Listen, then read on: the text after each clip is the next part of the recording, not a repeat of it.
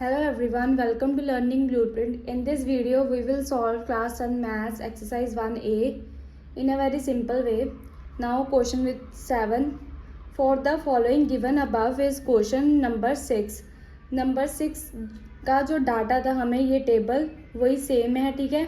अब वो कह रहे हैं find the amount of bill find करना है फॉर द इंटरस्टेट. पिछले क्वेश्चन में हमने निकाली थी intrastate means CGST and SGST, ठीक है. इंट्रास्टेट होता है सेम स्टेट से, जैसे बायर और सेलर हो सेम स्टेट से हो, और इंटर स्टेट होता है लाइक जो बायर हो और सेलर हो वो डिफरेंट स्टेट से हो, डिफरेंट स्टेट. जैसे वन स्टेट टू अनदर, जैसे मैं अपना प्रोडक्ट है मेरा दिल्ली में, मैं शॉप चला रही हूँ और बेच रही हूँ उसको जयपुर में, ठीक है. वो होता है इंटर स्टेट, मतलब जो स्टेट्स है वो चेंज हो. अब हमारे पास ये टेबल दिया हुआ है, ये क्वेश्चन 6 का ही है. उसमें हमने CGST SGST निकाल के फाइंड टोटल किए थे. इसमें हम क्या फाइंड करेंगे, IGST. ये सब मैंने इंट्रोडक्शन वीडियो में भी बताया हुआ है आपको. अब हम फाइंड करेंगे डिस्काउंट, और उस वीडियो में इसके इम्पोर्टेंट फार्मूलाज भी हैं, आप देख सकते हो जाके. Discount equals to MRP into discount divided by 100. अब हमारे पास MRP क्या है, 12,000 है, इंटू डिस्काउंट है 30 डिवाइडेड बाय 100. सो हमारे पास आ जाएगा 3600 रुपी. हमने डिस्काउंट फाइंड कर लिया. अब हम फाइंड करेंगे सेलिंग प्राइस. सेलिंग प्राइस का फॉर्मूला होता है MRP minus discount equals to 8400. हमारे पास सेलिंग प्राइस भी आ गया. अब IGST फाइंड करेंगे, GST इंटू SP, मतलब सेलिंग प्राइस अपॉन 1000. अब इस क्वेश्चन में क्या है, हमारे पास CGST दिया हुआ है. मैंने आपको इंट्रोडक्शन वीडियो में भी समझाया हुआ है. CGST प्लस SGST मिला के हमारे पास होता है GST, और ये दोनों क्या है, सेम होते हैं, हाफ होते हैं, ठीक है. सो अगर ये दोनों मिला के GST बन रहे हैं, हम इनसे GST निकाल सकते हैं. जैसे हमारे पास 6 है, इसका डबल कर देंगे, हमारे पास क्या आ जाएगा, GST, ठीक है. अब हमारे पास क्या आ जाएगा, GST 12 इंटू सेलिंग प्राइस क्या है 8400 डिवाइडेड बाय 100 इक्वल्स टू 1008. ये हमारे पास आ जाएगा IGST. अब हम फाइंड करेंगे amount of bill. So selling price plus IGST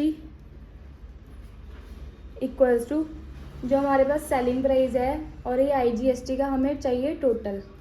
अब अमाउंट ऑफ बिल के लिए हमें चाहिए सेलिंग प्राइस का टोटल और IGST का टोटल. IGST और सेलिंग प्राइस का टोटल निकालने के लिए हम ये तीनों क्वांटिटी का डिस्काउंट, सेलिंग प्राइस और IGST निकालेंगे. ये मैंने निकाली, फर्स्ट का आपको करके दिखा दिया है. ऐसे ही आप तीनों क्वांटिटी का निकाल सकते हैं कैलकुलेट करके.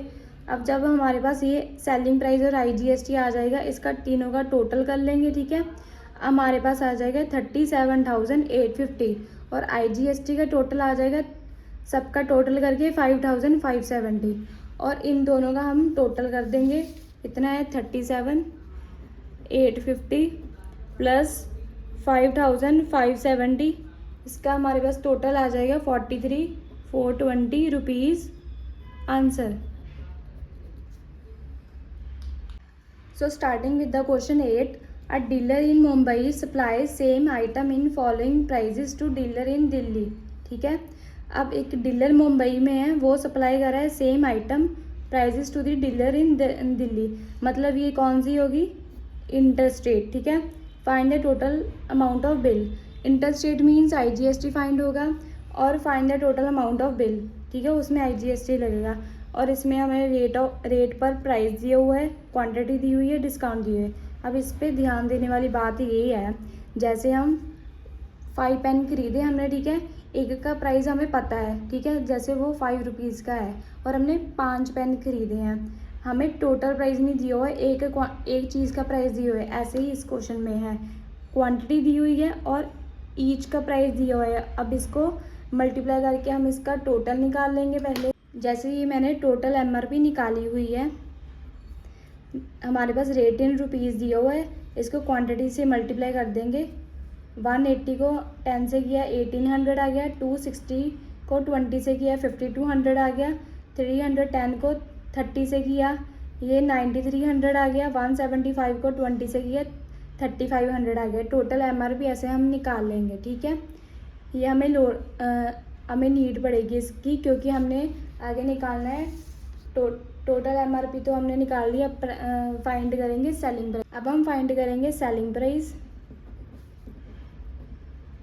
सेलिंग प्राइस का फॉर्मूला होता है MRP माइनस डिस्काउंट। आप इसके फॉर्मूले मेरी फर्स्ट वीडियो में देख सकते हो। MRP है हमारे पास, ये हमने टोटल फाइंड किया था 1800 माइनस डिस्काउंट दिया हुआ है। इस पर हमें कुछ भी नहीं डिस्काउंट, जैसे हम कुछ लेते हैं बाय करते हैं, ये ज़रूरी तो नहीं होता कि हर बार हमें डिस्काउंट मिले, ऐसे ही इस पर कोई डिस्काउंट नहीं है, सो ज़ीरो ही हो गया। और हमारे पास क्या आ गया, सेलिंग प्राइस 1800 आ गया, ठीक है। ज़रूरी नहीं है हर चीज़ पे डिस्काउंट ही मिले। हमारे पास IGST कैसे निकालेंगे हम, 18% है, इसको हम सेलिंग प्राइस से मल्टीप्लाई कर देंगे। 18% ऑफ 1800, 18 बाय 100 हो जाएगा ऑफ 1800, ये मल्टीप्लाई करके कटिंग करके हमारे पास आ जाएगा 324।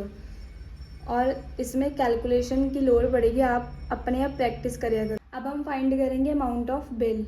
अमाउंट ऑफ बिल सबका टोटल होता है। जैसे ये मैंने टेबल बनाया हुआ है, हमने फर्स्ट का तो निकाल लिया था, ये सेलिंग प्राइस भी IGST भी। अब बाकी क्वांटिटी का भी ऐसे ही निकालेंगे फॉर्मूले लगा के, और जब निकल जाएगा सबका सेलिंग प्राइस और IGST, इसको टोटल कर लेंगे हम, ठीक है। ये question 3rd 4th 5th 6th 7th सब एक जैसे ही हैं, बस एक बार इस कॉन्सेप्ट समझने की लोड़ है IGST और CGST का, ठीक है। ये टोटल करके हमारे पास आ जाएगा 17710 प्लस 3870.8 387.8। हमारे पास अमाउंट ऑफ बिल आ जाएगी 17,710 प्लस 31,887.8। इसको हम प्लस कर देंगे और हमारे पास ये कैसे आई, ये मैंने टेबल बनाया था, फर्स्ट का तो हमने निकाल लिया था, ठीक है। ऐसे ही हम तीनों क्वांटिटी का फाइंड कर लेंगे और उसके बाद सेलिंग प्राइस को प्लस कर लेंगे और IGST को प्लस कर लेंगे। देन एंड में अमाउंट ऑफ बिल निकालने के लिए इन दोनों को प्लस कर लेंगे और हमारे पास आ जाएगा 20,897.80। और ये ध्यान रखा करो कैलकुलेशन में इसकी, और फॉर्मूले याद रखने की लोड़ है बस। क्वेश्चन 3 4 5 6 7 ऑलमोस्ट सब एक जैसे ही हैं, बस कॉन्सेप्ट समझने की लोड़ है, जैसे IGST CGST इंट्रास्टेट क्या होता है। Otherwise thank you for watching this video. See you in the next video. We will solve next questions of this exercise 1A.